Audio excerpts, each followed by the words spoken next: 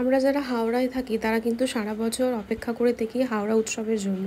এই হাওড়া উৎসবটা রামরাজাতলায় যে শঙ্কর মাঠ আছে ওখানেই হয়। বিগত কয়েক বছর এখানেই হচ্ছে, আগে এটা স্টেডিয়ামে হতো। তো টিকিট কেটে ঢুকে পড়েছি মেলায়, আর দেখতেই পাচ্ছ ঠিক কতটা পরিমাণ এখানে ভিড়। যেহেতু সানডে ছিল তাই জন্য ভিড়টা মনে হয় আর একটু বেশি ছিল। মেলায় যা যা থাকার কথা সবই ছিল, কিন্তু আমার যেটা বিষয় করে চোখে লাগলো সেটা হচ্ছে মেয়েদের জিনিসপত্র, যেমন শাড়ি বা জুয়েলারি, আরও যা যা জিনিসপত্র মেয়েদের হয় সেই সব জিনিসপত্রই বেশি।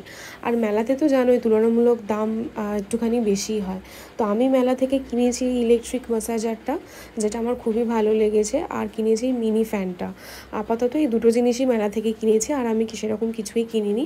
আর যেহেতু প্রচণ্ড ভিড় ছিল আর একটু হাওয়াও দিচ্ছিল না, তো প্রচণ্ড গরম হচ্ছিল, যার জন্য এই আমপোড়া শরবতটা খেয়ে একটুখানি নিজেকে রিফ্রেশ করে আর একটু ঘুরে কিছু খাবার দাবার কিনে চলে আসলাম বাড়ি। দেখা হচ্ছে নেক্সট ভিডিও, টাটা।